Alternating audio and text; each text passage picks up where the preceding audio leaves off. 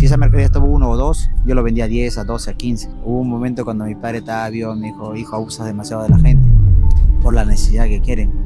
Pero era mi habilidad, pues. Pienso que a veces no podemos tener miedo a la muerte, sino pensar más en nuestras acciones que en si es que vamos a recibir algún tipo de castigo.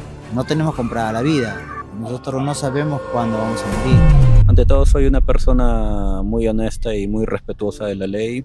Sé que iba a velocidad, sé que tenía que haber bajado la velocidad, pero a esas horas de la noche no pude ver bien que la pista tenía un desnivel. 7:30 de la noche y tuve una caída. Usted estaba yendo en su moto y había un bache y de alguna manera salió disparado, salió volando. ¿Cómo pasó?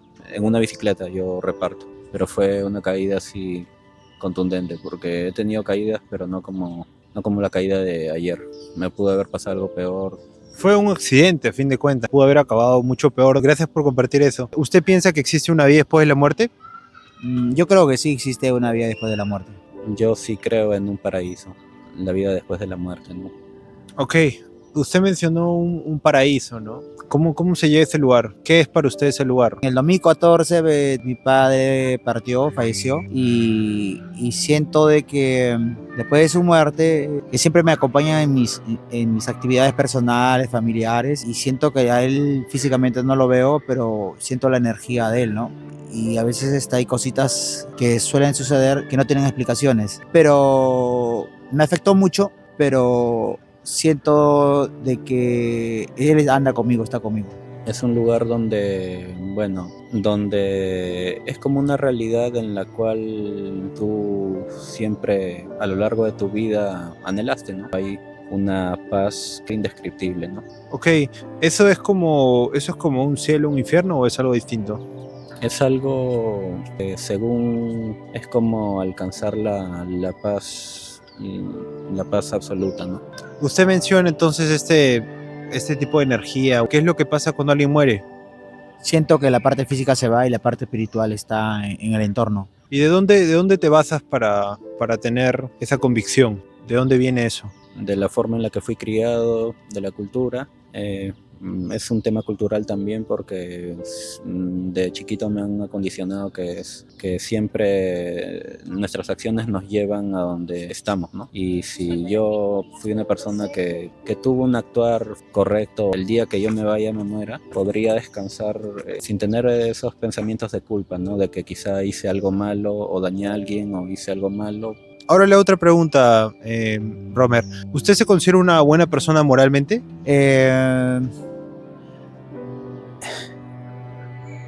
Moralmente me considero una buena persona. Yo parcialmente me considero moralista, parcialmente.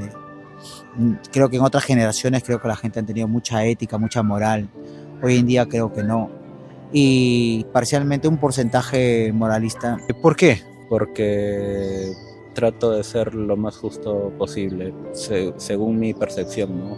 Cuando uno trata de ser lo más justo posible, de manera correcta, sin hacer cosas que podrían afectar a los demás, podría yo estar libre de alguna culpa, ¿no? Sí, he sido criado a esa educación antigua, rígida, y hablar de moralidades en este entorno y en esta época, sinceramente, muy poco lo practicamos. Yo trato de practicar lo más que se pueda en la parte moral en mi familia, pero dentro del entorno, a veces de los amigos, todos no compartimos a veces la moralidad en 100%, ¿no? Ok, del 1 al 10, si usted se tuviera que calificar usted mismo, ¿no? En esa escala, en la escala de bondad, ¿qué nota se pondría? En esos aspectos, del 1 al 10, creo que me pondría una nota 6. Entonces, poniéndose un 6, ¿no? Claramente se inclina a considerarse una buena persona, ¿no? Usted, César, afirma que es una buena persona, ¿no? Yo le hago esa pregunta. ¿Usted alguna vez ha mentido en toda su vida? Sí, he mentido varias veces. ¿Y usted cómo llamaría a alguien que ha mentido varias veces? A una persona mentirosa. Efectivamente, ¿no? O sea, podríamos darle muchas vueltas al asunto, pero al final de cuentas, mentira es mentira, ¿verdad? Por supuesto, la mentira es mentira. Y ahora yo le preguntaría esto, Romer, ¿no? ¿Usted alguna vez recuerda haber mentido? ¿Usted alguna vez ha mentido? Sí, he mentido. Incluso la sociedad actual, indirectamente jalamos a la corriente a nuestros hijos a mentir. Mentir no es bueno. ¿Usted cómo llamaría a alguien que ha dicho mentiras? ¿Qué nombre le pondría o cómo lo llamaría a una persona mentirosa? Mentirosa, usted ya lo dijo, ¿no? Si usted o yo hemos mentido, ¿no? Por definición, eso nos haría mentirosos. Ahora, podríamos hablar de la constancia de la mentira, podríamos inclusive, algunos le ponen categorías a las mentiras, que no, mire, esta mentira es gris, esta otra es blanca, pero al fin de cuentas, ¿no? Si nos sinceramos, mentira sigue siendo mentira, ¿no? Aunque la querramos disfrazar de una manera u otra, ¿no? Y yo le tengo otra pregunta, ¿no? Romer, ¿usted en algún momento en su vida recuerda haber tomado algo de una persona que no le pertenecía? No. No he hecho eso. ¿Usted en algún momento en su vida ha tomado algo de otra persona que no le pertenece? Sí, ¿Y cómo llamaría eso? robo. Claro, mire, si es que yo tomara de su monedero 1 sol o de su billetera 100 soles, igual estaría robando, a fin de cuentas, ¿verdad? Claro, no, creo que la cantidad no amerita medir eso, ¿no? Sí, porque, mire, de repente, en algún momento, ¿no? Usted puede decir, oye, 20 años, 15 años, de repente hace mucho tiempo, ¿no? Fue algo pequeño, fue algo sin valor, ¿no? Y muchas personas tienden a hacer eso, ¿no? Pero realmente, ¿no? Cuando lo analizamos, el monto no es lo importante, igual sigue siendo robo, ¿no? Y le hago una pregunta más, ¿no? No sé si he escuchado esto, ¿no? Pero Jesús dijo que si usted ha visto a una mujer, la ha deseado en su corazón, usted ya ha cometido adulterio con ella en su corazón. ¿Usted alguna vez ha hecho eso? Sí, en mi juventud y bueno, ahora ya no mucho porque estoy en una etapa en mi vida en la que ya puedo controlar los instintos más primitivos, digámoslo así, ¿no? Que tiene el hombre.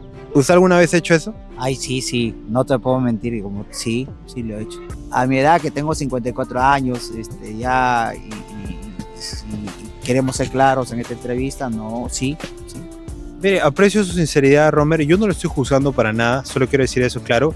Yo tampoco me considero mejor en nada, yo también he cometido las mismas cosas, pero hay algo interesante acá, ¿no? Que me gustaría conversar, ¿no? Y es que cuando nosotros nos vemos a nosotros mismos, ¿no? Como yo le pregunté al principio, ¿no? Si usted se considera bueno, usted se puso una nota 6 de 10. Entonces se inclinaba para bueno, efectivamente, ¿no? Pero cuando nos analizamos bajo un estándar fuera de nosotros mismos, de nuestra propia opinión, de repente nos damos cuenta que no somos tan buenos como creíamos. Porque bajo ese estándar, ¿no? Que ahora que estamos hablando son los 10 mandamientos. Esas 3 preguntas eran los 10 mandamientos. Pero creo que te des cuenta de algo. Tú me dijiste que te consideras una buena persona, pero cuando pasamos a otro estándar, ¿no? Un estándar que está fuera de ti mismo, de tu opinión, bajo ese estándar, y nuevamente yo no te estoy juzgando, serías mentiroso, ladrón y adúltero en el corazón, ¿no? Ahora, eso puede sonar feo, pero es una realidad, ¿no? Entonces, ese estándar del que estamos hablando, ¿no? No es más que otro que los 10 mandamientos. Seguramente lo has escuchado, ¿verdad? Por supuesto. Entonces, ¿a qué voy con esto, no? Que nosotros, bajo nuestro propio juicio, bajo nuestra propia opinión, podemos decir y declarar que somos buenas personas. Pero bajo ese estándar del que hablábamos, realmente podemos de repente darnos cuenta que no somos tan buenos como creíamos serlo, ¿no? Y ahora yo le pregunto esto, ¿no? Si Dios lo juzgara a usted, Romer, en base a esos 10 mandamientos, que vimos 3 de ellos, ¿sería inocente o culpable? ¿Qué piensa? Al infierno, culpable. Justo esa era mi siguiente pregunta, le iba a preguntar cielo o infierno. ¿Usted dice el infierno? ¿Está seguro? Creo que sí. Las leyes son las leyes. Al infierno. ¿Y eso le preocupa o no? A mí sí me preocupa. Trato de mejorar en ese aspecto de mi persona. ¿Serías inocente o culpable? Bueno, en base a todo sería culpable. ¿Y eso sería cielo o infierno?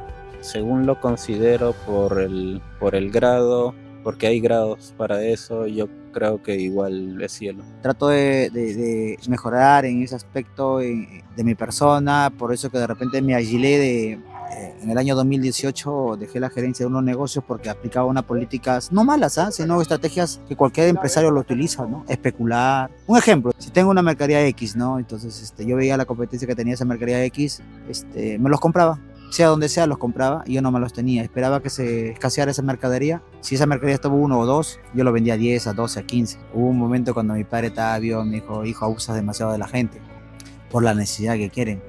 Pero era mi habilidad, pues. Ok, tú dices que hay grados para eso, ¿no? Pongamos un ejemplo, ¿no? Nosotros agarramos, ¿no? Y decimos, mira, hay diferentes tipos de mentira. O de repente la mayoría podría decir eso. No, mira, yo tomé algo muy pequeño, pero si es que yo tomara un sol de tu monedero o 100 soles de tu billetera, igual te estaría robando, ¿no? Sí, Porque al final no es el valor del objeto, sino es la acción, ¿no? Y nosotros podemos categorizar ciertas cosas, ¿no? Pero imagínate que estás delante de un juzgado, ¿no? Aquí en Lima, imagínate que has cometido crímenes y el juez dice, mira, ¿sabes qué, César? Tú vas a ser condenado porque has cometido crímenes. Y tú le dices al juez, mire juez, la verdad es que no considero que esos crímenes sean muy graves y le voy a decir en cambio que soy buena persona, porque yo ayudo a esas personas, ayudo a mi familia, ¿no? ¿Qué crees que te diría el juez? el juez aplicaría la literalidad de la ley. Cuando hablamos, ¿no?, de este tema del infierno, sí es algo que debe preocupar, porque no estamos hablando de qué vamos a cenar hoy día, ¿no?, o qué película va a ver el fin de semana, sino estamos hablando, ¿no?, según la Biblia, de dónde va a pasar su eternidad. Usted me dijo que le preocupa, ¿no? Sí, trato de perfeccionarme. Tuve 2 secretarios, a margen de las secretarias, y los 2 eran evangélicos. Predicaban la palabra en Alianza Cristiana Misionera. Uno de ellos le quería yo como papá, me afectó cuando se fue. Y el otro sigue vivo, pero ya está jubilado, está en su casa. Y lo admiro mucho porque es una persona espiritualmente, predica la palabra de Dios, es una persona deportista, no tiene hijos, no tiene familia. Indirectamente siempre me inculcaron la palabra de Dios, me predicaban la Biblia. Y de repente yo hubiese sido otra persona mucho más más pecadora. Yo estaba en la vida mundana, con mis amigos salía a tomar constantemente y gracias a estos amigos que he tenido, como te decía, son ellos que me orientaban y me trataban de predicar la palabra de Dios. Y tú me dijiste cielo, César, pero yo te voy a decir algo, brother. En la Biblia dice, esto en 1 Corintios 6, dice, todos los mentirosos tendrán su parte en el lago de fuego y azufre. Y en Apocalipsis 21:8 dice, no se dejen engañar, ni los ladrones, ni los adúlteros, ni los fornicarios heredarán el reino de los cielos. Entonces tú me dices, ¿no?, nuevamente, ¿no?, bajo tu propia opinión, ¿no?, yo no considero que esos crímenes sean muy graves y por lo tanto yo no merezco o no iría al infierno. Pero Dios piensa distinto, por lo menos lo que dice la Biblia, que al final es el único Dios verdadero. Entonces la realidad, ¿no?, es que si Dios te juzgara a ti o me juzgara a mí bajo esos 10 mandamientos, iríamos al infierno, porque eso que nosotros consideramos como de repente tomado a la ligera, Dios no lo ve de la misma forma. Para Dios son considerados crímenes. Usted hace poco mencionó que esos 10 mandamientos eran la ley. Y eso significa que si usted y yo hemos roto la ley, ante sus ojos no somos buenas personas, como de repente podríamos nosotros decir de nosotros mismos, sino somos criminales. Inclusive la Biblia dice, maestro, que el hombre natural, por naturaleza, está en enemistad con Dios. O sea, es enemigo de Dios. ¿Por qué? Porque hace todo lo que él odia. Imagínese que usted, alguien lo conozca muy bien y decide hacer todo lo contrario a lo que usted le dice que haga. A propósito, porque le tiene un fastidio, un resentimiento. De repente usted le diría, ¿por qué haces eso, no? ¿Por qué me odias? Y es de esa misma manera como nosotros tratamos a Dios. Usted sabe qué hizo Dios para que pecadores como usted y como yo no tengamos que ir al infierno, a pesar de haber roto esos mandamientos de los que hablamos. ¿Alguna vez has escuchado? Su vida por nosotros. Se sacrificó en nombre del pueblo, sufrió mucho. Sí, efectivamente, mire, eso lo conoce el 99% de las personas en Lima, ¿no? Que Jesús murió en la cruz. Pero yo se lo voy a decir, maestro, de repente de una forma diferente, como usted nunca antes lo había escuchado. Y si usted logra entender esto, de repente puede cambiar mucho. La Biblia dice, en primer lugar, maestro, que la salvación no es por obras, sino es por gracia, por medio de la fe. Cuando usted me dijo, y ya lo mencionó varias veces, ¿no?, tengo que esforzarme por ser una mejor persona. Usted está pensando en qué tiene que hacer usted para poder estar bien con Dios o poder ganarse su favor. Pero la Biblia es clara, maestro, en que usted y yo nunca podríamos ganarnos el favor de Dios a través de nuestras obras, ni tampoco podríamos ir al cielo a través de ser buenas personas. Mira, esos 10 mandamientos de los que hablábamos se llaman la ley moral de Dios. Tú hace un rato dijiste que si viniera alguien, ¿no?, ante el juzgado y le dijera esas palabras al juez, el juez le aplicaría la ley. Ahora, esa ley de los 10 mandamientos, esa ley moral, tú y yo la hemos roto. Ante Dios no somos buenas personas. Al contrario, maestro, la Biblia dice que no hay nadie bueno, solo Dios. Y lo dice en Romanos, dice, porque todos han pecado y han sido destituidos de la gloria de Dios. La Biblia dice, César, que el hombre natural, tú y yo, por naturaleza, estamos en enemistad con Dios. Somos enemigos de Dios. ¿Por qué? Porque hacemos todo lo que Él odia. Robamos, mentimos, adulteramos, fornicamos. Y eso son cosas que Dios odia. Pero eso es muchas veces el pan de cada día. Todos los días se miente, se toma, se ve con los ojos. Entonces te das cuenta que estamos en enemistad con Dios, ¿no? Entonces, ¿Por qué Dios es el único bueno? Porque para Dios la definición de bueno es moralmente perfecto. Y no creo que ni usted ni yo diríamos de nosotros mismos que lo somos, ¿verdad? ¿Verdad? Tienes mucha razón. Entonces, ¿sabes cuál es el punto aquí, maestro? Imagínese que usted está en el día del juicio, donde desde el más pobre y pequeño a los ojos de este mundo, así como el más rico y poderoso y exitoso, todos van a ser juzgados delante de Dios, sin acepción de personas. Imagínese estando usted, Romer, delante de Dios, delante de su trono. Usted no le puede decir a Dios que es buena persona, porque Él sabe que no lo es, que es como el resto de nosotros. Y Él, maestro, puede ver sus pensamientos, sus deseos, sus anhelos, aún sus secretos. Ahora, estando en esa situación, sin poder hacer absolutamente nada al respecto, porque si Dios realmente es justo y santo, no puede ser coimeado, no puede ser engañado, no puede ser persuadido, no puede hacer ninguna de esas cosas. Entonces, imagínese en esa situación, maestro, ¿no? ¿Cuál es tu salvación? ¿Qué crees? ¿Qué podrías hacer? Tendría que arrepentirme de mis pecados, pero de manera verdadera, no un arrepentimiento a medias o simplemente tratando de engañarme a mí mismo, ¿no? Un arrepentimiento verdadero y aceptando la realidad y aceptando mi culpa, ¿no? Si bien el arrepentimiento es importante, ¿no? Hay algo más, ¿no? Y eso quería llegar. Pero pasa algo. En esa audiencia, en ese tribunal, se para alguien y dice, un momento, Romer es culpable, pero yo voy a pagar su fianza, yo voy a pagar su multa, de manera que Romer, aún siendo culpable, pueda salir libre, porque yo voy a tomar su lugar, yo voy a saldar su deuda. ¿Quién cree que fue esa persona, maestro? Dios el Padre. Dios. Jesús, sí. La Biblia dice que Jesús murió en la cruz. ¿Te acuerdas cuáles fueron sus últimas palabras?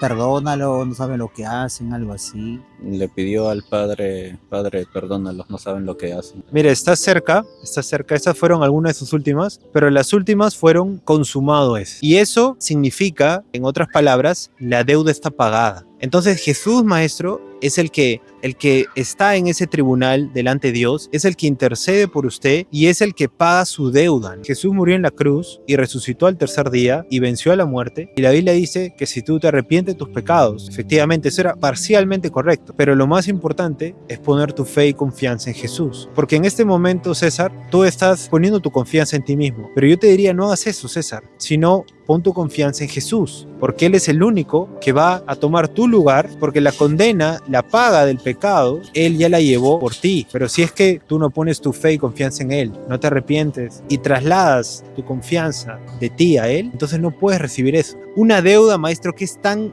grande e impagable que aún con todo el dinero del mundo no podría cancelarla. Porque Dios, siendo un Dios justo y no pudiendo ser coimeado, Él tiene que ser justo en dar la sentencia y en la condena. Porque la Biblia dice, maestro, que la paga del pecado es la muerte. Dios es tan serio con respecto al pecado que nos ha dado pena de muerte. Por eso es que 10 de 10 mueren. Ni tú ni yo nos salvaremos, maestro. Todos moriremos. Y es a causa del pecado, dice la Biblia, ¿no? Y si usted, maestro, se arrepiente de sus pecados y pone su fe y confianza en Él, Dios, el Dios que no puede mentir, el Dios de la Biblia, perdona todos sus pecados en un instante y le da ese regalo inmerecido de la vida eterna. No porque usted sea bueno, sino porque Él es bueno y misericordioso. No porque usted se lo pueda ganar o porque vive una vida perfecta, sino porque Jesús vivió una vida perfecta por usted. ¿Te das cuenta? Y yo te digo algo más, César, ¿no? Mira, yo cuando me acerqué a ti, César, la verdad no me había percatado de que había sufrido un accidente. Ya cuando llegué aquí, ya te vi de cerca, vi que había pasado algo, ¿no? Y cuando me contabas, ¿no? Me puse a pensar, así como tus familiares te dijeron, ¿no? ¿Qué hubiera pasado si hubieras quedado en la pista, ¿no? ¿Qué hubiera pasado si no hubieras quedado en la vereda?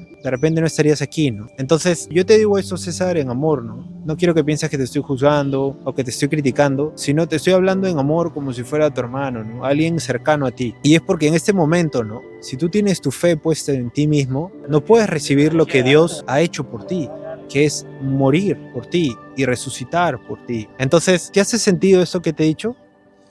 Sí, creo que las palabras que me estás brindando los comparto y creo que nunca vamos a llegar a ser buenos, pero nos esforzaremos. Pero el único bueno es Cristo Jesús y creo que Él daría todo por mí, pues, ¿no? Él me salvaría, ¿no? Si no nos hemos arrepentido y puesto nuestra fe y confianza en Jesús, estamos viviendo en enemistad con Dios y estamos poniendo nuestra fe y confianza en nosotros mismos porque pensamos que nuestra bondad es la que nos va a llevar a ese cielo, a ese paraíso que tanto anhelamos, ¿no? Y de alguna manera hemos inventado un Dios a nuestra medida, un Dios con el que nos sentimos cómodos, pero que no es el verdadero Dios de la Biblia, sino es un Dios que que toma a ligera el pecado, que ve esas cosas como mentir, como robar, como adulterar o fornicar en el corazón, los ve como algo sin importancia, pero realmente el Dios de este universo es un Dios moral, ¿no? Yo sé que en nuestro ADN, si quiere decirlo, ¿no? Nosotros consideramos y siempre pensamos, tengo que esforzarme por ser mejor, por lograr el objetivo, por mejorarme a mí mismo, pero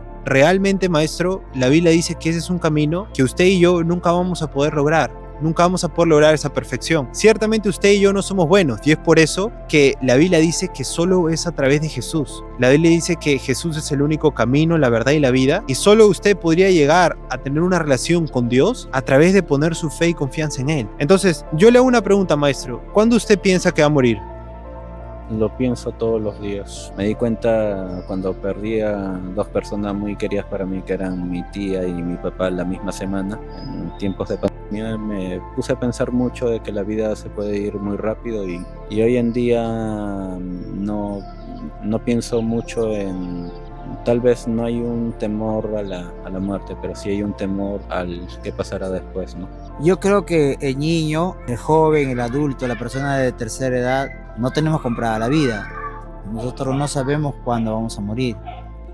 Ese acontecimiento puede suceder en cualquier momento. Mire, maestro, yo estoy de acuerdo con usted en que no sabemos cuándo vamos a morir, solo Dios sabe. Pero le hacía esa pregunta para que, así como usted mismo me lo ha dicho, que la vida nadie la tiene comprada, nos demos cuenta que hay cierta urgencia para pensar en estas cosas, ¿no? Ya sea que uno tenga 20, 30, 50 o más, nadie tiene garantizado ni siquiera el día de mañana. Y cuando nosotros moramos y estemos delante del trono de Dios, Dios nos va a pedir cuentas. ¿Sabe por qué, maestro? Porque Dios le ha dado a usted y a mí conocimiento de lo bueno y lo malo. Usted tiene una conciencia, igual que yo. Tú tienes una conciencia, ¿verdad, César?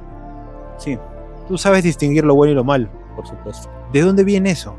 De los valores que se me han inculcado. Sí, ¿y de dónde vinieron de tus padres? Y de los padres de sus padres, y de los padres de sus padres de sus padres. Te das cuenta que debió haber habido un inicio, ¿no? Una causa, ¿no? Y la Biblia dice que el que te ha dado la conciencia, ese conocimiento es Dios. Y es por eso que tú no eres como un perro, un gato, ni yo tampoco. Los perros y los gatos no tienen cárceles, no les importa realmente la justicia porque se llevan por instinto. Pero tú y yo somos diferentes. Y ese conocimiento que tú tienes y yo tengo, conlleva una responsabilidad, ¿o no? Por supuesto. Y la responsabilidad es con Dios. Es por eso que hay una rendición de cuentas a Dios. Y cuando hemos robado, hemos mentido y hemos hecho esas cosas y más, ¿no? Entonces tenemos que rendir las cuentas de Dios de eso, ¿no? Mira, Dios conoce tus secretos, todo de ti, ¿no? Y te ama, ¿no? Te ama lo suficiente para que un extraño camine por aquí, se siente contigo en este momento, ¿no? Donde estás golpeado, donde estás herido, ¿no? Donde de alguna manera has estado inclusive cercano de repente a la muerte, ¿no? Cuando hacemos lo malo, lo hacemos sabiendo que está mal. Así como lo que usted me contó, ¿no? Que usted sabía y decía, pero esa es mi habilidad. Pero ¿sabe qué, maestro? Más allá de ese caso muy particular, es importante, maestro, que nosotros pensemos cómo estamos delante de Dios. Porque cuando uno muere, puede ser en cualquier momento, se terminó las oportunidades que uno ha podido tener, ¿no? La Biblia dice, si tú te arrepientes de tus pecados y pones tu fe y confianza en Él, tienes la promesa del Dios que no puede mentir, del Dios de la Biblia, que Él perdona todos tus pecados en un instante y te da ese regalo inmerecido de la vida eterna. No porque tú seas bueno, sino porque Él es bueno, grande y misericordioso. Y momentos como este, maestro, usted lo puede pensar y puede decir que es Dios que lo ama. Yo, maestro, más que una entrevista, y yo le digo esto porque lo amo. Yo le digo esto en amor, maestro. Así como fuera un hermano, ¿no? Alguien cercano a usted, se lo digo esto porque yo sé que usted tiene un valor ante los ojos de Dios. Usted no es un animal como algunas personas puedan decir, ¿no? Y sí. Da nostalgia, ¿no? Tocar el tema de morir, porque comprendiendo que tienes hijos pequeños todavía y Yo también tengo una hija pequeña, sí. teniendo hijos jóvenes y si nos vamos de aquí, ¿qué serán de ellos, no? Y maestro, y mejor aún, sabiendo, maestro, que Dios los ama a ellos también, y también quiere que escuchen el Evangelio, y también quiere que ellos pongan su fe y confianza en Él, y no en ellos mismos, y puedan ser salvos, maestro. Porque realmente, aunque sus hijos tengan todo el dinero del mundo, aunque ellos puedan tener todas las cosas materiales, al final, maestro, la vida eterna solo la da Dios, ¿no? Y yo, maestro, realmente le imploro, ¿no? Le ruego que consideren eso, ¿no? ¿Cuándo usted cree, maestro, que va a poner su fe y confianza en Jesús? Yo trato, siempre hay alguien que me lo recuerda, siempre está ahí mi abuela, ante todo siempre somos una familia muy temerosa de Dios ante todo, siempre tenemos en mente Dios ante todo. Me daré el tiempo porque a veces el estrés se nos acumula y pienso en Cristo. Mi madre está entregada a Dios, al Evangelio, y creo que sí me encamina, me ayuda, me apoya, pues, ¿no? Pero muchos peros estoy poniendo, pero voy a tener que poner primero la prioridad a Dios y luego lo segundo será otras cosas. Por eso te digo, tú confías en tu propia bondad, pero la Biblia dice que no hagas eso. Mira, hay un pasaje en Efesios que dice, la salvación es por gracia, por medio de la fe y no por obras, dice, para que nadie se gloríe. Si tú y yo pudiéramos ser lo suficientemente buenos para ir al cielo, si pudiéramos realmente ser lo suficientemente temerosos, César, de Dios, o buenas personas, o buenos hijos para ir al cielo, no necesitaríamos de Jesús. Y es justamente porque no lo somos que lo necesitamos. Yo cuando le hablo de Jesús, no le hablo, maestro, de que usted tiene que ir unos domingos o ir todos los domingos a de alguna manera ir a una iglesia, a marcar tarjeta. No digo que ir a una iglesia sea algo malo, pero lo que voy, maestro, es que tener una relación con Dios va más allá de ir un domingo a una iglesia. Entonces yo te animaría a que pienses en eso, César, ¿no? No pienses que ya todo lo tienes resuelto, porque Dios te conoce lo más profundo de tu ser, ¿no? Y Él, a fin de cuentas, permite momentos como este para que reconsideres, ¿no? Cuando vayas a tu cuarto, cierras la puerta, piensa, ¿no? ¿Qué pasaría si ese corazón se detiene? Así como pudiste haber muerto, ahora tienes vida, brother, y la seguirás teniendo, pero no sabemos cuánto tiempo más, ¿no? Entonces hay cierta urgencia para que piensen esto. No estamos hablando de qué vas a cenar hoy día o cuál va a ser tu siguiente trabajo, sino dónde vas a pasar tu eternidad. Es una pregunta y algo mucho más importante. La Biblia dice, maestro, en el libro de Jeremías, que si usted busca a Dios de todo su corazón, usted lo va a encontrar. La Biblia dice que usted vaya a su cuarto, cierre la puerta y busque a su Dios que esté en lo secreto, porque Él lo recompensará en público. Dios, maestro, quiere tener una relación con usted, ¿no? Usted en esta entrevista, ¿no? Se ha quebrantado, ha llorado, ¿no? Ha pensado de repente en su familia, en su padre, ¿no? En todas estas cosas que nos traen muchas emociones. Maestro, al final, lo mejor que usted puede dejarle a sus hijos y lo mejor que usted puede hacer es poner su fe y confianza en Jesús, maestro, y tener una relación con Él. Pienso que a veces no podemos tener miedo a la muerte, sino pensar más en nuestras acciones que en si es que vamos a recibir algún tipo de castigo. Sí, mira, te voy a dejar con este versículo que dice, ¿de qué le sirve al hombre ganar el mundo y perder su alma? Muchos aquí buscan ganar el mundo, dinero, se esfuerzan, estoy seguro que tú también lo estás haciendo, ¿no? Por salir adelante, ¿no? Pero aun que salieras adelante, aunque tuvieras todo lo que siempre has querido, ¿de qué te serviría al final si pierdes tu alma? Entonces, ciertamente es importante las acciones que hacemos acá, pero esas acciones no son las que nos salvan, sino es Jesús el que nos salva. Porque aunque hiciéramos 1000 acciones, César, Dios ve el corazón y así tú puedes ver a ricos y a millonarios de repente donando millones de dólares y tú puedes decir qué buenas personas son ellos, mira todas las acciones que hacen, ¿no? Pero solo Dios conoce el corazón, ¿te das cuenta? Más allá, maestro, de que usted pueda hacer cosas como ir a un lugar, porque eso nuevamente es hacer algo, ¿no? Es serlo, ¿no? Y nada, César, ¿tú crees que podría orar por ti rápidamente? ¿Te avergonzaría o no? No, para nada. Ok, entonces oremos. Señor, gracias por la vida de César. Te doy gracias, Señor, por su vida, por haberlo preservado, Señor, en este accidente. Te pido, mi Dios, que en este día Él pueda reconocer sus pecados, aún los más secretos, los más profundos, que solo tú y Él saben, y pueda, Señor, arrepentirse de ellos, mi Dios, y poner su fe y confianza en ti. Que Él, mi Dios, pueda pasar de muerte a vida y pueda, Señor, tener convicción, pueda tener confianza en ti, en que es tu hijo y tú, Señor, lo cuidas y lo proteges y lo amas a él y a su familia, Señor. Bendícelo, Señor, y te doy gracias por este tiempo. En el nombre de Jesús, amén. Y siento que me están haciendo eso, o sea, me nace ir al camino a Cristo, me nace ahora. Antes no, a veces de repente iría por cumplir, pero ahora siento, pues ahora que me encuentro contigo, vaya el día que estábamos pensando en la tarde en Dios. Ahora me encuentro contigo, creo que ya se completó la decisión. Buscaré a Dios. Amigo, muchas gracias por la entrevista, amigo. Amén, maestro. Amén, Romer. Realmente me alegra mucho y Dios lo ama, ¿no? Y cómo permite este tipo de cosas y justo en este día como usted, porque Él quiere llamar su atención para que pueda tener una relación con Él, ¿no? Porque Él lo ama, ¿no? Y nada, gracias, maestro. Gracias, Romer. Gracias.